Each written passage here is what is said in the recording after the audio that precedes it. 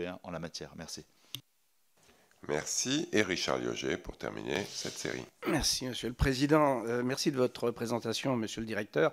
On voit évidemment dans celle-ci la richesse et le spectre très large de votre intervention, donc qui souligne d'une certaine manière l'importance de la création de cet outil.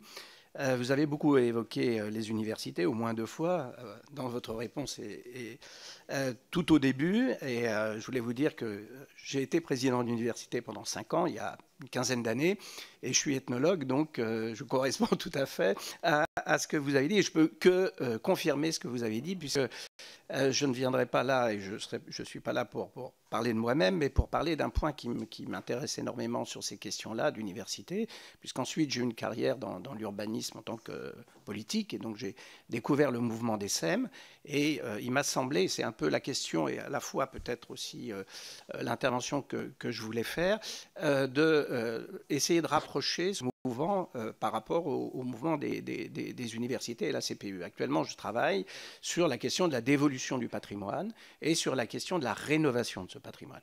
Il y a vraiment un sujet qui est une bombe à retardement très forte par les millions de mètres carrés que possèdent les universités, qui sont absolument incapables de gérer d'une certaine manière. Il y avait effectivement eu la loi Pécresse qui avait donné la possibilité de la dévolution du patrimoine, mais très peu d'universités se sont engagées dessus. Et aujourd'hui, ils sont toujours dans la question de demander des subventions pour rénover.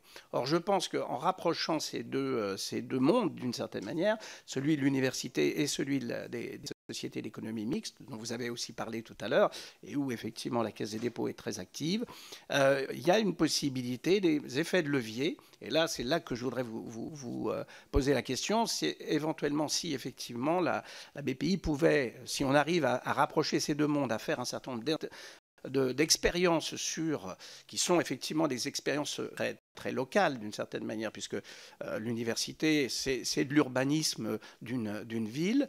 Comment effectivement la BPI pourrait intervenir dans ce système un petit peu novateur qu'on essaye de construire actuellement. Merci.